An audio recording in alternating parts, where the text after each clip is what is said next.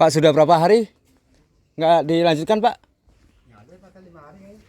Seminggu lebih ya, Pak ya? Minggu enggak, belum ada minggu mah. Semingguan ya, Pak ya? Ya, 5 hari lah gitu. 5 hari ya. Kemana kira-kira ya, Pak? Orangnya Heeh. kalau dulu sih katanya sih yang ininya ketua tukangnya atau pulang kampung. Ini nggak lama anak buahnya ikut semua. Ikut semua jadinya pulang kampung semua. Ikutin 17-an nih Pak. Iya, iya. Ya Allah.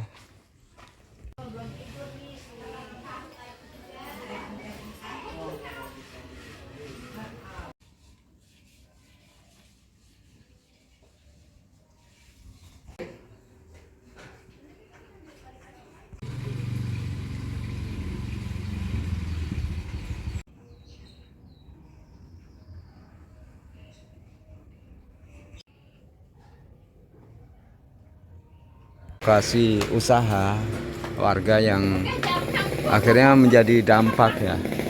Selain kendaraan ambulan yang kemarin ada salah satu warga yang meninggal tidak bisa parkir di lokasi, usaha pun akhirnya menjadi rugi ya. Ada indikasi atau jadi sepi karena tertutup material, ada pasir, ada casting, nggak ada.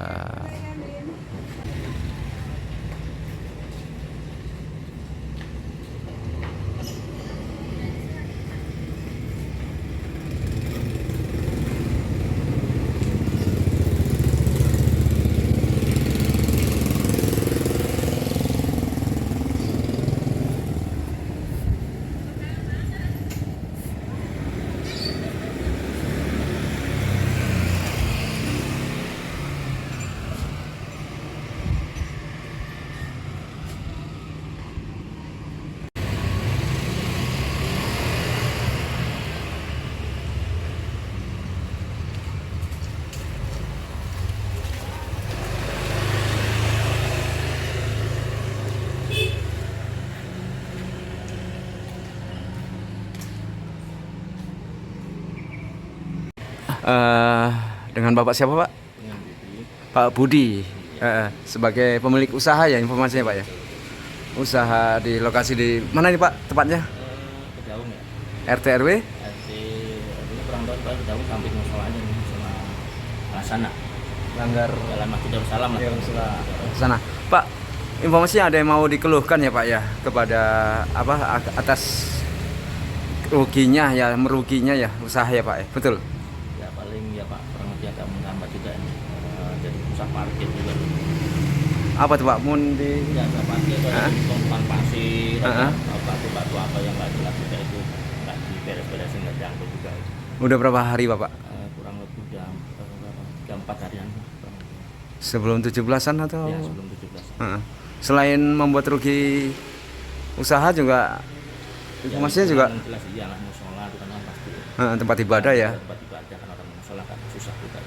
Kemarin juga ada yang meninggal, informasinya juga sempat susah untuk jalan kaki, Pak ya. Ya, kemarin ada yang meninggal juga, kayaknya teman juga kayak menghambat bisa. Baik. Pak, biasanya itu rata-rata mohon izin penghasilan berapa, Pak, per hari, Pak? Per hari paling kurang lebih di antara 300-an, 300 sampai 200-an. Setelah ada tumpukan ini. Eh, Sebelum ada tumpukan ini? tumpukan kurang lebih antara 400 ke 500-an. Ada tumpukan ini lah, jadi drop kurang lebih 250 sampai 300 maksimal. Turun berapa persen kira-kira, Pak? Sudah kurang lebih hampir 50%. 50% turun. Harapannya seperti apa, Pak? Ya, harapnya segera diberesin, kalaupun memang diangkut segera diberesin, boleh aja taruh di sini tapi segera dibereskan supaya bisa digunakan parkir dan lain-lain.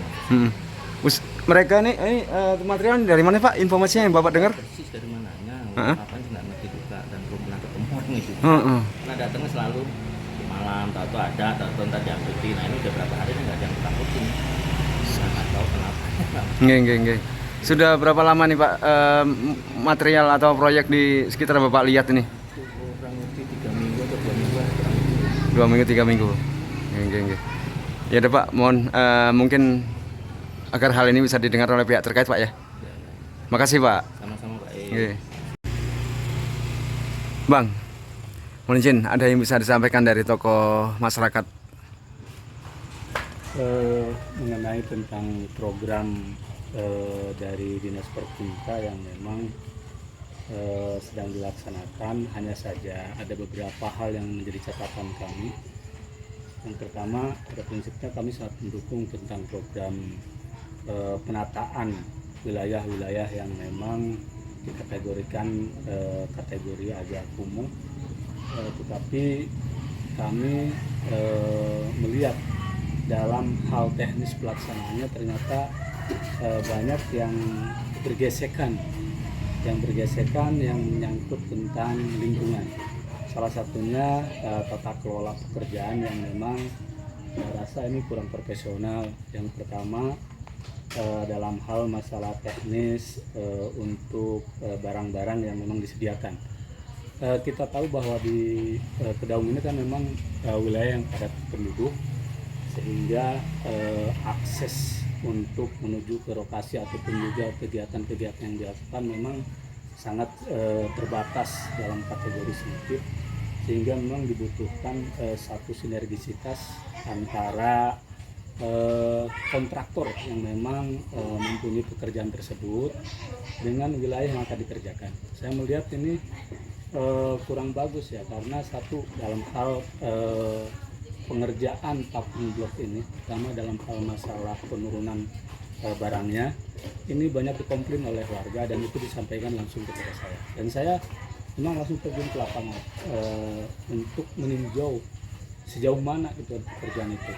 Yang menjadi keberatan masyarakat pertama adalah penempatan paving block yang memang dari pertama hari H pekerjaan sampai ini hampir 10 hari lebih, ternyata tidak digeser ke lokasi yang menjadi tujuan utama, sehingga di sana mengganggu aktivitas orang berniaga, karena memang tempat itu memang sangat sempit, sehingga mengganggu tata niaga yang dilakukan oleh masyarakat di sana. Nah, harapan kami, dan kami sudah menegur beberapa pekerja agar supaya itu barang-barang itu untuk supaya didorong dulu ke lokasi proyek, agar tidak mengganggu aktivitas berniaga masyarakat lainnya. Itu yang pertama. Kemudian yang kedua, dalam hal pekerjaan di lokasi ini, kami kemarin sempat menegur hari Rabu sebelum hari H kemerdekaan, kami menegur kepada para pekerja karena di lokasi ini sebenarnya kan posisinya sudah ada konblok yang pertama itu dan kondisinya masih bagus. Dan itu tadinya mau ditutup atau diuruk, makanya kami protes, kami minta agar supaya konblok itu diangkat dulu. Setelah diangkat, ini nanti bisa dimanfaatkan di wilayah yang lain, karena kita tahu ini kan duitnya duit APBD, duit masyarakat, duit rakyat gitu kan. Jangan sampai barang yang masih memang sangat layak untuk dipergunakan ternyata dihambur-hamburkan sehingga ditiban lagi, ditumpuk lagi dan paving block yang baik. Itu yang kedua. Kemudian yang ketiga, dalam hal masalah teknis pekerjaan, kita mengkritisi kenapa tidak secara step by step. Ini dikerjakan sebelah sana, kemudian dilewatin beberapa meter, kemudian dikerjakan lagi. Ini kan tidak bagus, harusnya kan berurutan gitu supaya terukur dan terarah dan juga nanti keindahannya bisa tampak. Itu yang keduanya. Kemudian yang ketiga, ini kalau kita nanti lihat di belakang ada pekerjaan paving block yang sudah dilakukan di atas saluran air yang memang menggunakan yudit. Nah, sementara fungsi dari yudit itu kan untuk saluran-saluran air yang memang dari rumah-rumah warga agar supaya bisa tersalurkan ke kali yang ada di sekitar sini. Hanya saja sebelum warga memasukkan saluran-saluran air dari pembuangan dari kamar mandi dan sebagainya ke yudit tersebut, ini udah ditutup duluan. Nah, saya berharap agar supaya wilayah yang memang sempit kemudian sudah dikerjakan dalam pekerjaan saluran air dalam bentuk yudit, itu jangan dilakukan pemasangan paving block, karena ini kembali lagi jadi saluran air dalam bentuk yudit ini sehingga menjadi tidak ada fungsi karena memang tidak dipergunakan oleh warga. Nah, terus kemudian yang terakhir yang saya kritisi adalah konsep tentang penataan wilayah yang memang istilahnya ini sebenarnya perlu kajian, dulu, harus ada kajian. Dan saya mempertanyakan kinerja dari teman-teman di dinas Pertim, bagaimana kajiannya? Ini yang dibutuhkan oleh masyarakat sebetulnya kan penanganan masalah banjir. Harusnya yang dilakukan adalah normalisasi kali agar supaya kalau ada umpamanya pengerukan, sehingga ketika ada air besar ketika hujan itu bisa langsung surut. Bukan pemasangan pumping block sebetulnya tidak menyelesaikan persoalan, karena persoalan utama di wilayah sini adalah ketika terjadi banjir sehingga terendam. Kalau umpamanya dikasih lagi pumping block semakin tinggi, ya nanti rumah warga yang akan tergenang. Gitu. Jadi harapan saya yang terakhir adalah bagaimana melakukan kajian-kajian sebelum melakukan pekerjaan-pekerjaan yang dilakukan oleh dinas-dinas terkait. Saya sebagai Sekretaris Jenderal Badan Musyawarah Tangerang Selatan sangat antusias dalam hal masalah mengawal setiap pembangunan yang ada di Tangerang Selatan, tetapi harus berdasarkan kepada kajian-kajian yang komprehensif agar supaya pembangunan itu tepat sasaran. Itu. Siap. Memang di lokasi itu tidak ada papan proyek atau apa gitu, Abangku? Untuk bisa informasi ini bisa secara transparan gitu. Nggak ada papan spek gitu? Nah, untuk papan proyek tidak ada. Untuk papan proyek tidak ada. Kita juga tidak tahu pagunya ada berapa. Kemudian untuk kontraktor juga saya sangat sayangkan kalau umpamanya dari mulai pekerjaan itu tidak ada koordinasi dengan satu kelurahan. Karena saya pikir teman-teman kelurahan tidak mengetahui. Mungkin waktu awal kami juga sama-sama terjun waktu untuk pertama kali survei itu, sama-sama tahu ya kan, bahkan ada program penataan kampung kumuh. Hanya saja ketika pas mulai pekerjaan tidak ada lagi koordinasi. Itu yang sangat disayangkan dari kontraktor.